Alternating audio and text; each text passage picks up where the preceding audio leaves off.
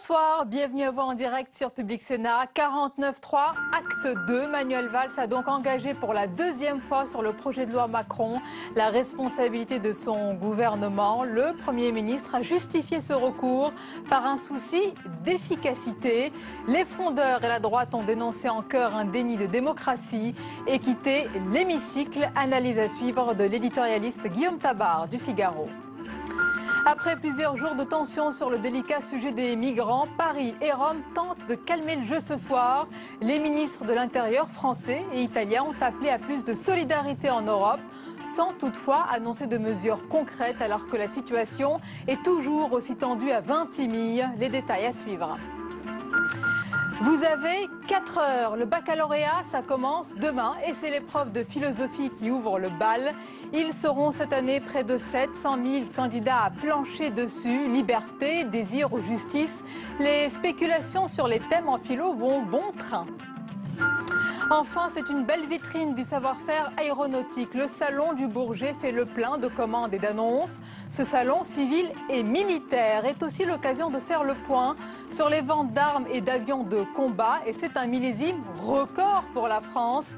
Cette année est marquée par un boom des exportations. Alors à quoi cela tient-il et à qui vend-on nos armes aujourd'hui? C'est le grand débat du mardi à suivre tout à l'heure.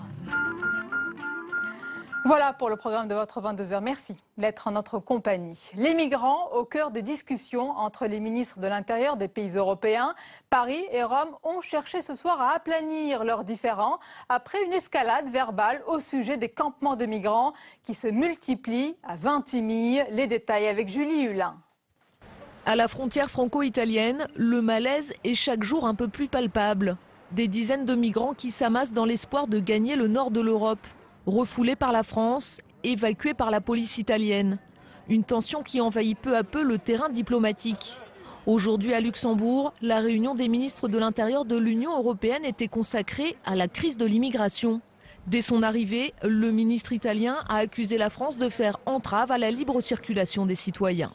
Les événements de Vintimille, c'est un coup de poing dans le visage de l'Europe. Et c'est la preuve que les immigrés ne viennent pas en Italie pour y rester, mais pour aller en Europe. Il faut tirer les conséquences de ces événements. Pour apaiser la situation, les ministres italiens, français et allemands se sont rencontrés en aparté. À la sortie, Bernard Cazeneuve évoque l'union, la coopération, mais aussi la nécessité d'une responsabilité partagée.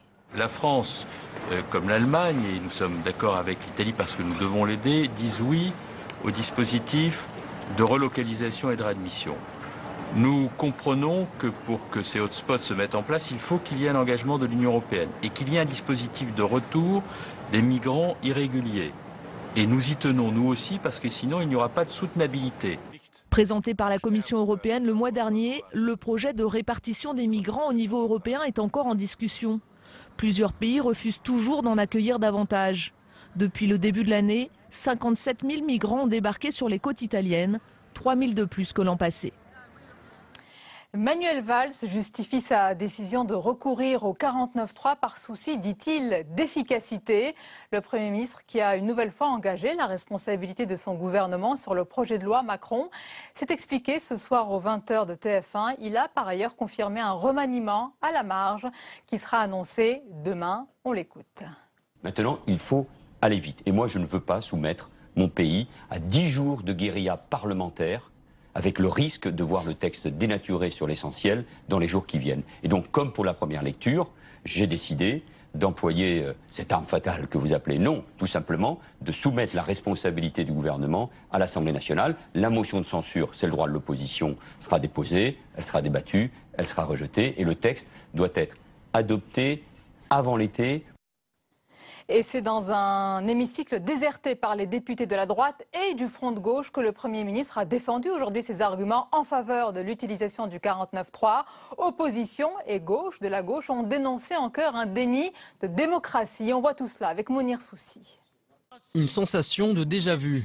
À l'Assemblée nationale, Manuel Valls réutilise le 49.3 pour faire adopter la loi Macron. Une stratégie à ses yeux indispensable pour aller au bout de cette réforme. Je connais les immobilismes et les conservatismes. Et je sais aussi que certains préfèrent les postures à la réforme. La responsabilité du gouvernement engagé, l'opposition s'empresse de pointer une attitude autoritaire et reproche au Premier ministre d'avoir recours à l'arme des faibles.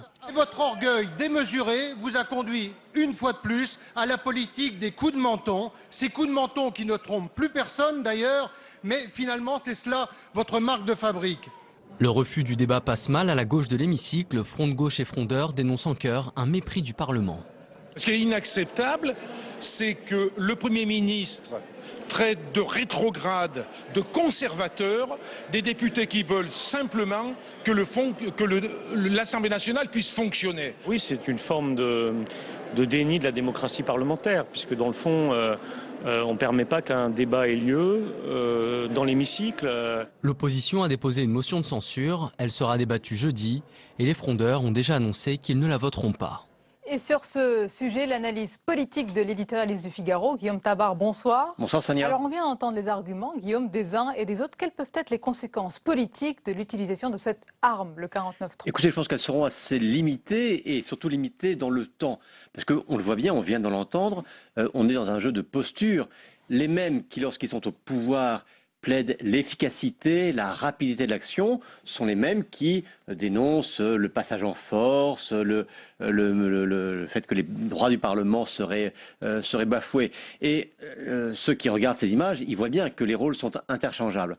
Ensuite, je crois qu'on a entendu une phrase de Manuel Valls que vous avez diffusée, qui a prononcée dans le 20h, c'est qu'il avait le choix entre une polémique de 24 heures, sur précisément ce passage en force, et une guérilla de 10 jours, parce qu'on était reparti effectivement pour un débat qui aurait duré 10 jours, et je ne suis pas sûr que le spectacle de querelle, en plus de querelle interne à la majorité, aurait été plus reluisant que la polémique simplement sur ce passage en force.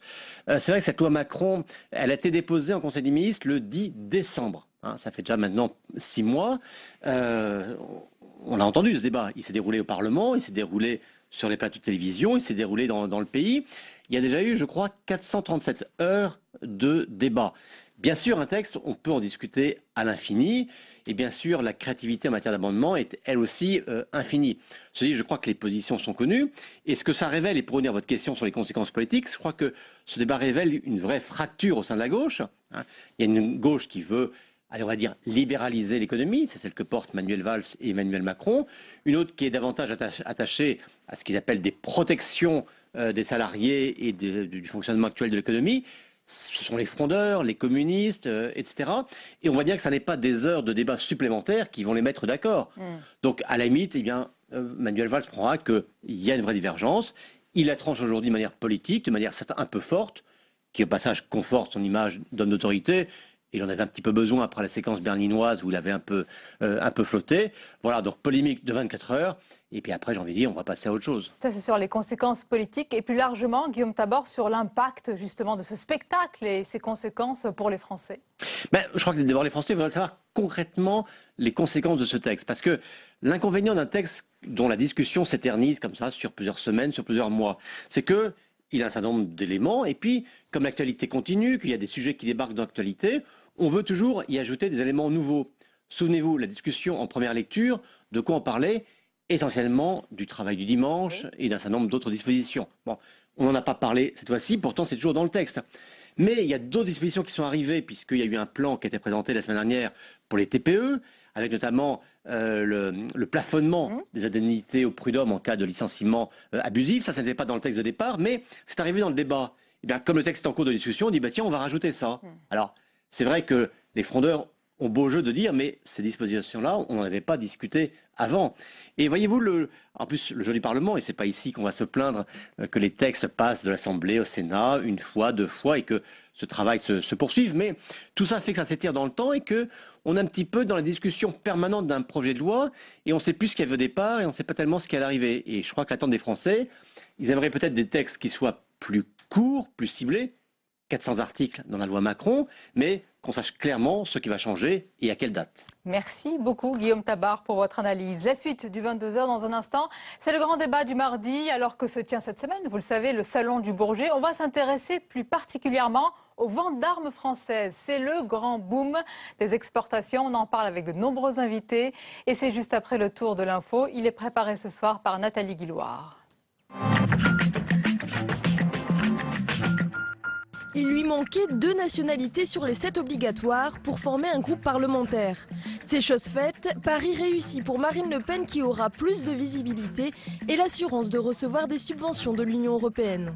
Le groupe va représenter une force de frappe politique sans commune mesure avec notre situation précédente. C'est l'aboutissement d'une année de travail, mais aussi de notre volonté de ne pas nous précipiter dans des alliances contestables comme l'ont fait d'autres groupes au détriment de leur réputation. Mais 2 personnes manquent à l'appel dans ce groupe, Jean-Marie Le Pen et Bruno Gollnisch. Députés et sénateurs se sont entendus aujourd'hui sur le projet de loi controversé sur le renseignement en commission mixte paritaire. Un texte visant à renforcer la lutte contre le terrorisme, mais très critiqué sur les risques de surveillance généralisée. Il passera en lecture définitive à l'Assemblée le 24 juin. Le gouvernement fait un geste pour les fonctionnaires en début de carrière. 5 millions de personnes devraient toucher jusqu'à 70 € de plus par mois à l'horizon 2020. C'est la conclusion de la réunion entre les syndicats et la ministre Maryse Lebranchu. Il y aura donc une refonte des grilles de rémunération à partir de 2017. Par contre, pas d'augmentation du point d'indice des fonctionnaires. Le coût de cette mesure n'a pas encore été chiffré. Il ne sera plus en libre service dans les jardineries. C'est l'un des combats du moment de Ségolène Royal. Le désherbant de Monsanto, le Roundup, sera interdit dès le 1er janvier 2016, une interdiction qui sera votée dans la loi de transition énergétique. Le groupe a déjà réagi et se dit abasourdi par les déclarations de la ministre.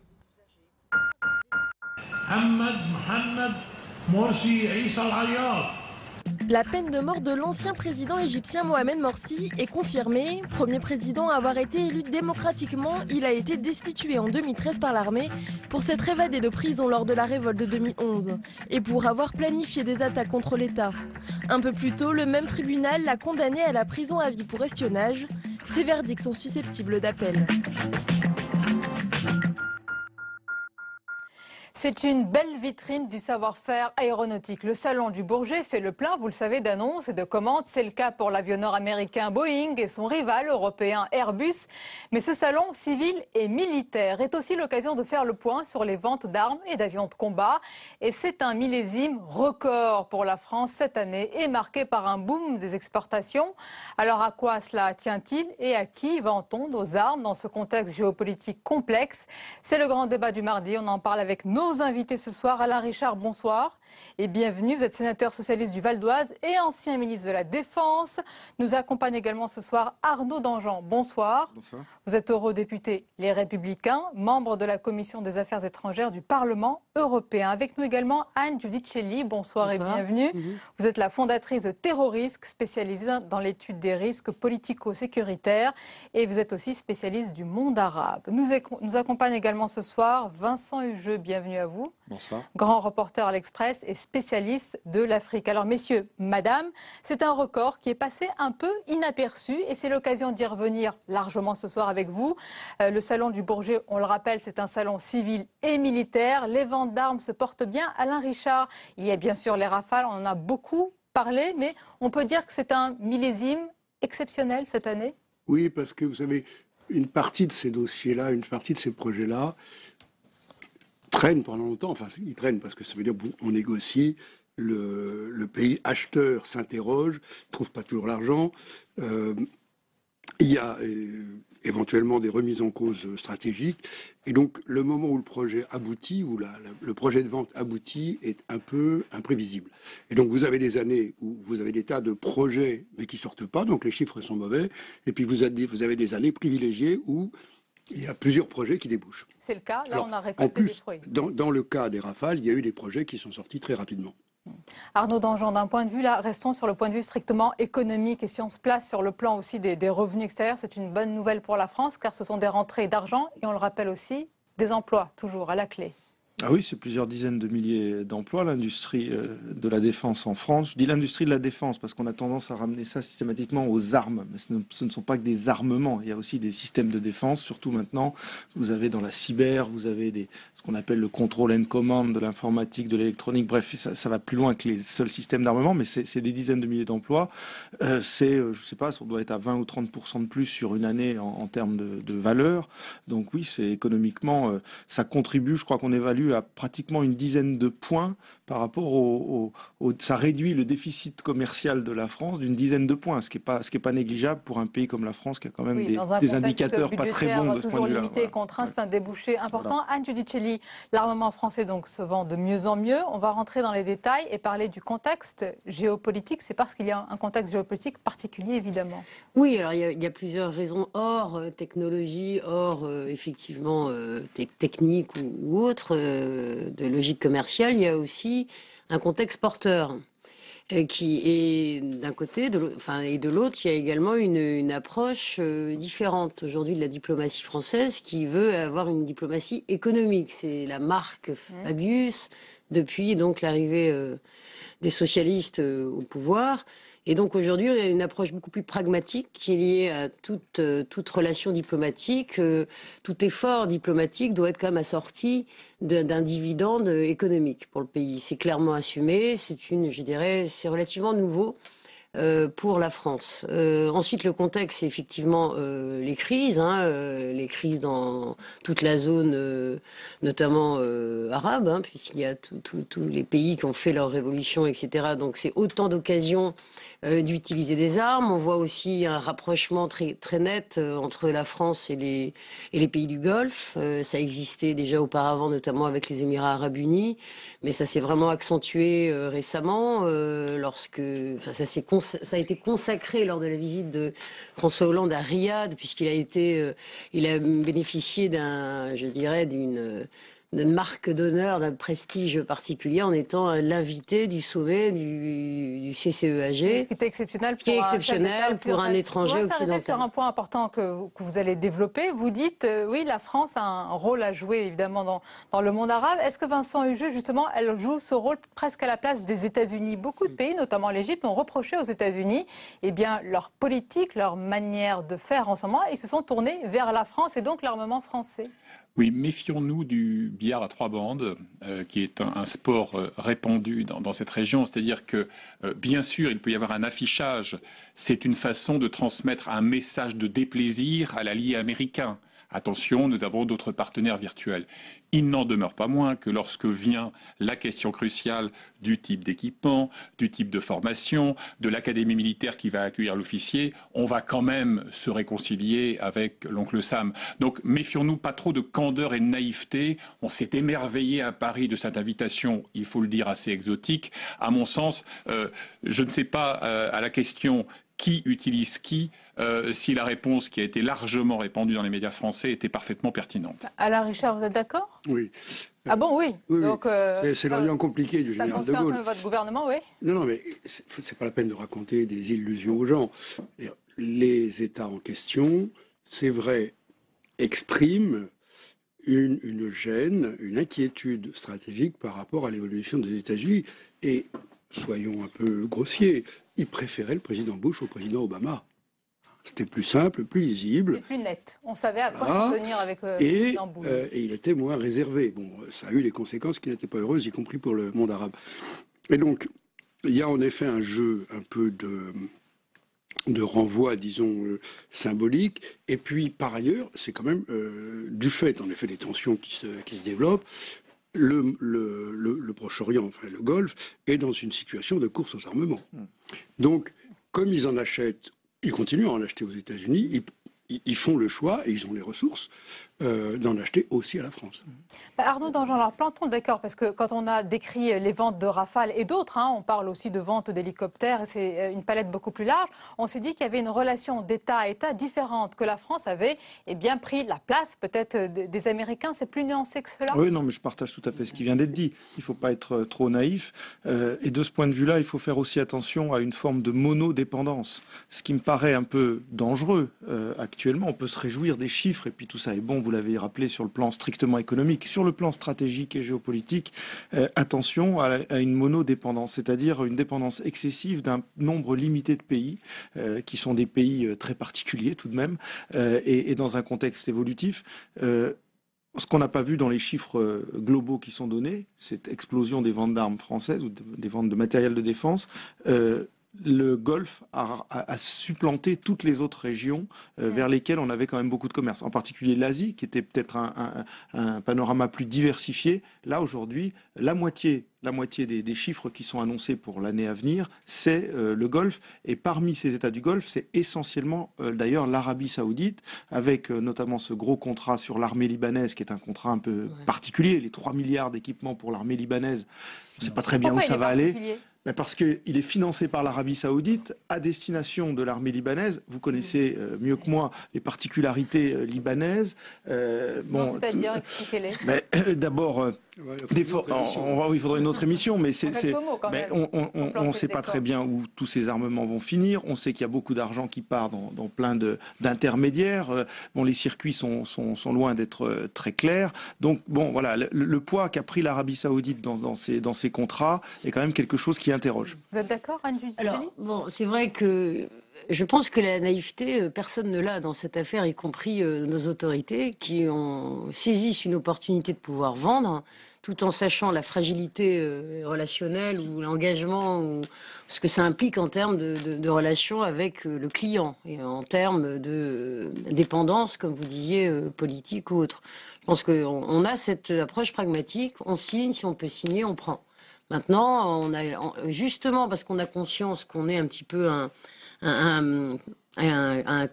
prestataire par défaut, compte tenu des tensions aujourd'hui avec les États-Unis, on en profite. Bon, maintenant, là où il y a quand même toujours un jeu géopolitique, c'est pas seulement sur les pays de la région. Quand on voit ce qui s'est passé avec le Mistral en Russie, là, on a aussi les ventes qu'on n'a pas faites en armement. C'est-à-dire qu'il y a celles qu'on a réussies et celles qu'on a décidé de ne pas faire. En l'occurrence, du fait des relations... C'est un choix assumé pour le moment. Oui, c'est un choix assumé. C'est-à-dire qu'on veut montrer que, justement, il n'y a pas cette dépendance géopolitique et qu'il y a... Voilà. Du coup, c'est un choix politique. Pour des raisons... On a privilégié nos relations avec les Européens et avec les Américains dans cette affaire, quitte à se priver d'un contrat. Mais on s'est bien rattrapé sur la vente des Rafales ailleurs. Donc voilà, c'est plus cette approche, je dirais, pragmatique et qui motive l'ensemble des actions. Vous partagez cette analyse, Vincent Hugeux ? En partie, oui, pour l'essentiel, mais je crois que dans l'équation complexe à X inconnus que nous décryptons ici, il y a évidemment le poids du facteur persan. Et l'une des raisons pour lesquelles il y a une véritable inquiétude, notamment à Riyad, mais pas seulement, c'est que l'affichage de fermeté de la France est hautement apprécié au regard de ce qui apparaît comme l'inquiétante tiédeur d'un Barack Obama qui veut tellement terminer son deuxième mandat sur un succès diplomatique enfin qui serait la signature de cet accord sur le nucléaire iranien, qu'il nourrit énormément de suspicions dans les capitales, notamment du Golfe, et que l'on aime beaucoup la fermeté, fût-elle rhétorique d'ailleurs, de Paris en la matière. Donc vous nous dites par pragmatisme et peut-être profitant des faiblesses des autres, et notamment américaines, on a occupé l'espace, Alain Richard. Oui, alors d'abord, Arnaud Danjean avait raison de constater cet effet de pointe sur le Golfe. N'empêche que le Rafale en Inde, ça c'est une vraie percée, parce que ça fait des années que les uns les autres, on se donnait du mal, notamment pour rééquilibrer, parce qu'on avait quand même un passé de marché très important avec le Pakistan, qui n'était pas n'importe quel client quand même en termes de fiabilité. Donc ça, c'est une belle affaire. Et puis, l'autre nuance que je veux apporter, c'est que tout ça ne peut marcher quand même parce que c'est d'excellent matériel. Oui. C'est-à-dire que tous ces gens-là, qui ont le choix entre tout ce qui existe sur étagère au niveau mondial, ils apportent quand même, ils confirment une reconnaissance de la performance vraiment au top mondial des matériels dont on parlait. Pas seulement le Rafale d'ailleurs. Et puis on sait bien que le Rafale, c'est toute une chaîne technologique. Alors, performance technique et technologique, je vais vous laisser réagir. Et aussi, on parle de l'équipe de France qui est mise en avant. Et dans cette équipe, il y a un marathonien, un véritable coureur de fond. Vous voyez de qui je parle, qui travaille dans la discrétion et récolte les fruits d'une politique patiente qui tisse, dit-on, les liens avec les partenaires de la France. Portrait du ministre de la Défense, Jean-Yves Le Drian, par Samia Dechir.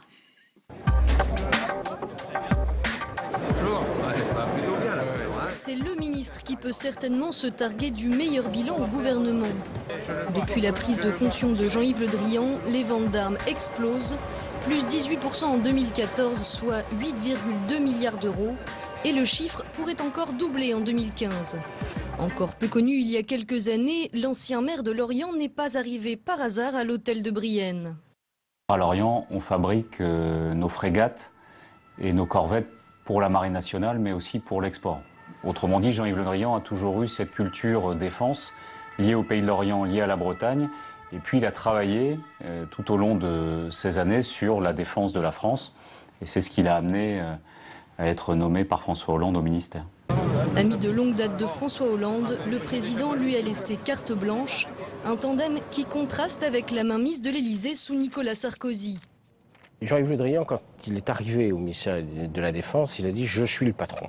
Voilà, il y a un patron dans cette maison, c'est moi. Alors ça a fait grincer quelques dents de grands chefs militaires ou de grands chefs administratifs qui avaient un peu l'habitude de faire leur truc, soit directement avec l'Élysée, soit autonome.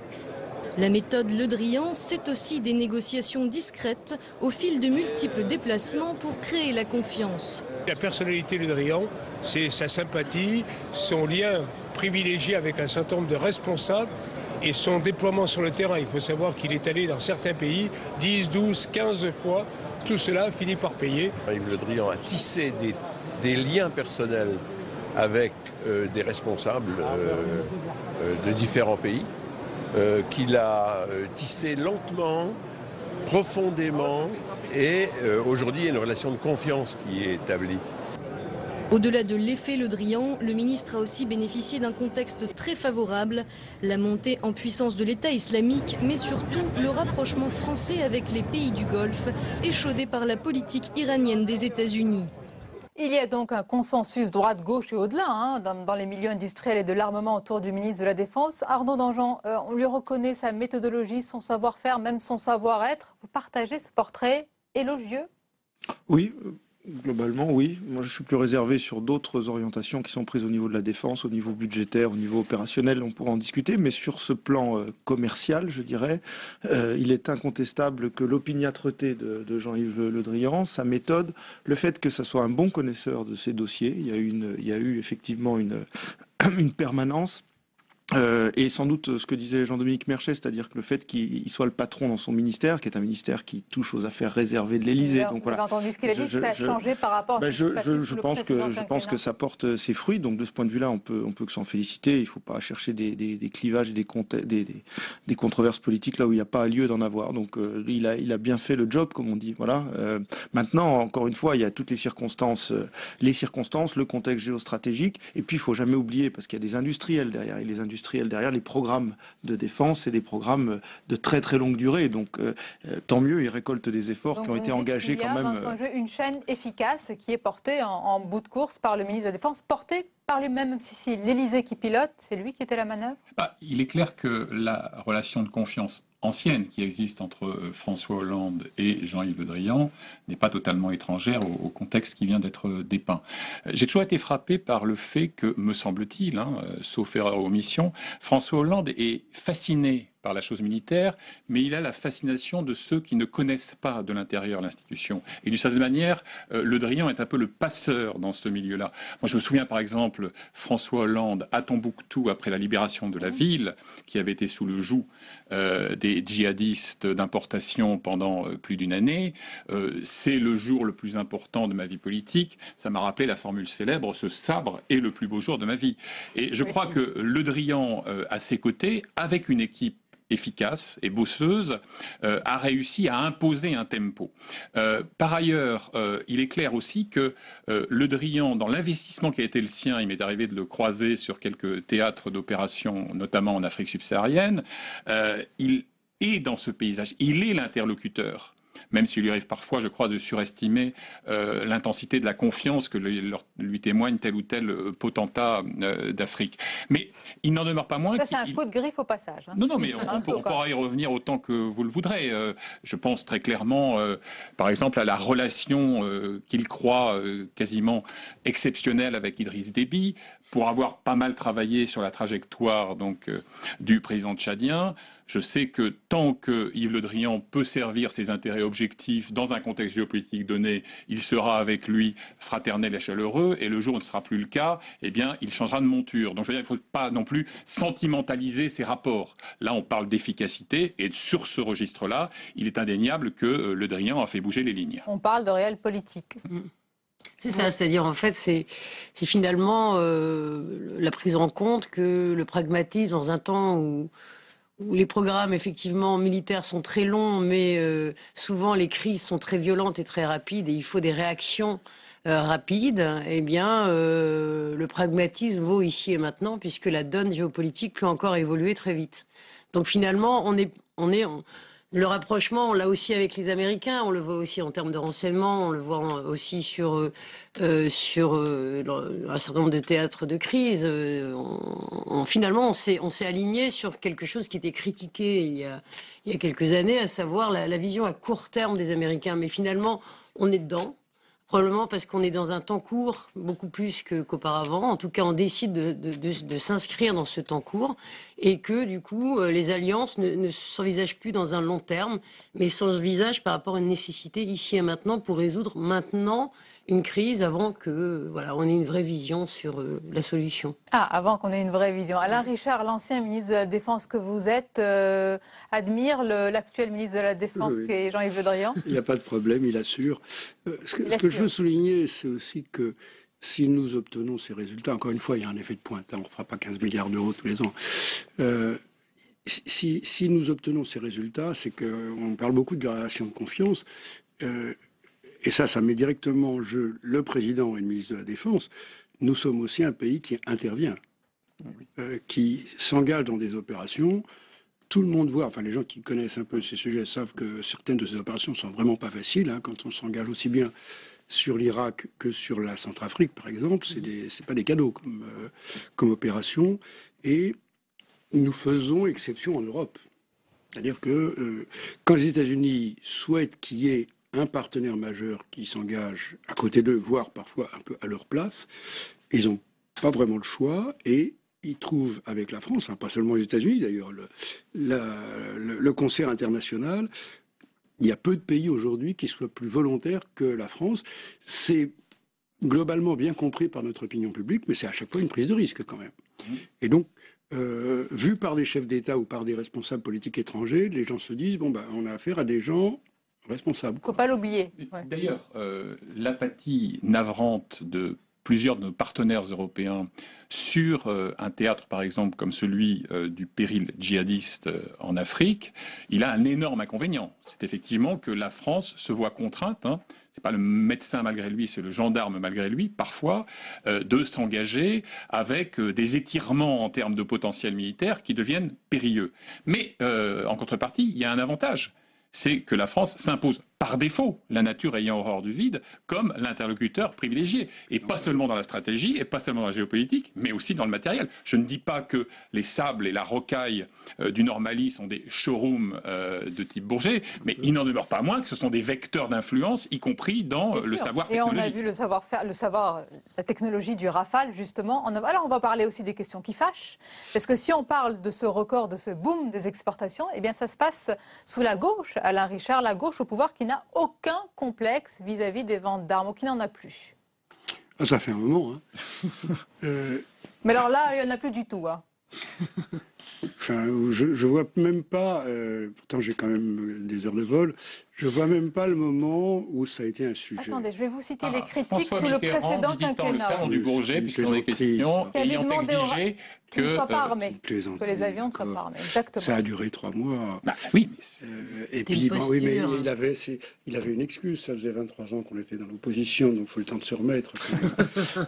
Mais non, honnêtement, à l'époque de Charles Hernu, c'est-à-dire il y a 30 ans, quand on avait une possibilité, parce que c'est une vieille tradition française, je veux dire, le général évidemment a eu un rôle très important, mais on a des services de conception d'armement qui sont en même temps des services qui assurent la fourniture de l'armement aux armées françaises et qui sont en même temps chargés de l'exportation, qui sont honnêtement parmi les meilleurs.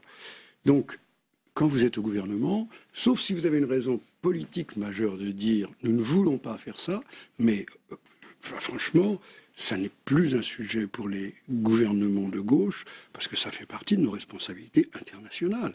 Et qu'en plus, les derniers pépins que nous avons eus en termes de vente de matériel militaire malencontreux, c'est-à-dire avec des gens qui se révélaient être des partenaires problématiques, ils remontent à 40 ans. Donc nous avons un des meilleurs, enfin ça c'est des choses que je connais un peu, nous avons un des systèmes les plus fiables de contrôle politique des effets des ventes d'armes. On ne les vend pas à n'importe qui et pas à n'importe quelle condition. C'est aussi un très vieux système. Je suis globalement, efficace et verrouillé. Je suis globalement d'accord, et pour aller même peut-être plus loin, je vous dirais quelque chose qui va vous surprendre venant de quelqu'un de droite, mais je pense que la gauche travaille plus ces questions de défense, que ce soit sur le plan doctrinal, sur le plan que la droite. La droite je trouve que dans ma famille politique, on est un peu paresseux sur ce sujet, parce qu'on part du principe que les militaires comme les industriels sont un peu, entre guillemets, hein, l'expression est peut-être malheureuse, mais un électorat captif. Et donc on se donne pas les moyens de bien travailler. Et quand on est au pouvoir, c'est l'exécutif qui s'en occupe, c'est domaine réservé. Donc on travaille pas, on réfléchit peu. Je trouve que beaucoup de think tanks, beaucoup de chercheurs alimentent beaucoup les cercles de réflexion à gauche, entre guillemets, et que la gauche, depuis de nombreuses années, même peut-être des décennies, a une approche beaucoup plus décomplexée sur les questions de défense. C'est le cas, il y a une véritable émulation. Jean-Yves Le Drian, de sa manière, incarne parfaitement ce tropisme-là, puisqu'il n'a aucune pudeur de chaisière par rapport à la dimension morale des ventes d'armes, etc. Il se conduit en serviteur de l'État, il fait avancer les dossiers, il est très content quand un contrat arrive à maturité, et il n'est pas déchiré toutes les nuits par des scrupules moraux. J'ai même envie de dire que sur l'approche sécuritaire, globalement, il y a presque une volonté de la gauche de se montrer décomplexée, précisément parce qu'on lui attribue un complexe.